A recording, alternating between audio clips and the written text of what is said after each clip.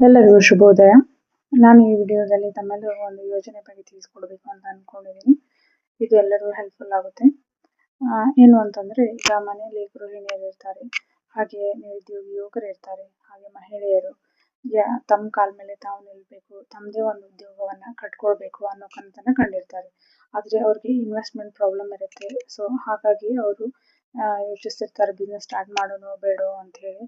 So ಅಂಥವ್ರಿಗೆಲ್ಲ ಈ ಯೋಜನೆ ಅಡಿಯಲ್ಲಿ ತಾವು ತಮಗೆ ಬೇಕಾದಂತಹ ಉದ್ಯೋಗವನ್ನ ಸ್ಟಾರ್ಟ್ ಮಾಡ್ಕೋಬಹುದು. ಅದು ಏನ್ ಇಂಪಾರ್ಟೆಂಟ್ ಇದ್ರೊಳಗೆ ಅಂತಂದ್ರೆ, ಇದರಲ್ಲಿ ನಾವು ಅಗ್ರಿಕಲ್ಚರ್ ಪ್ರೊಸೆಸಿಂಗ್ ರಿಲೇಟೆಡ್ ಅಂತ ಆದಂತಹ ಒಂದು ಉದ್ದಿಮೆಯನ್ನೇ ಸ್ಟಾರ್ಟ್ ಮಾಡಬೇಕಾಗುತ್ತೆ.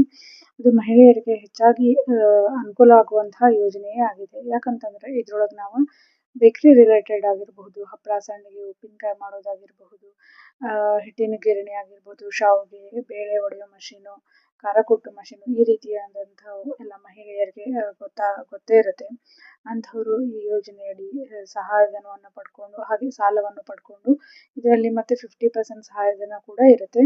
ಇದರಲ್ಲಿ ನಾವು ₹1 ಇನ್ವೆಸ್ಟ್ ಮಾಡೋ ಅವಶ್ಯಕತೆ ಇರಲ್ಲ. ಯಾಕಂತಂದ್ರೆ ಇದು ಬ್ಯಾಂಕ್ ರಿಲೇಟೆಡ್ ಯೋಜನೆ ಆಗಿರೋದ್ರಿಂದ ಈ ಯೋಜನೆ ಅಡಿಯಲ್ಲಿ ನಮಗೆ ಸಾಲ ಸೌಲಭ್ಯ ಸಿಗುತ್ತೆ, ಮತ್ತೆ ಅದಕ್ಕೆ 50% ಸಬ್ಸಿಡಿ ಕೂಡ ಸಿಗುತ್ತೆ.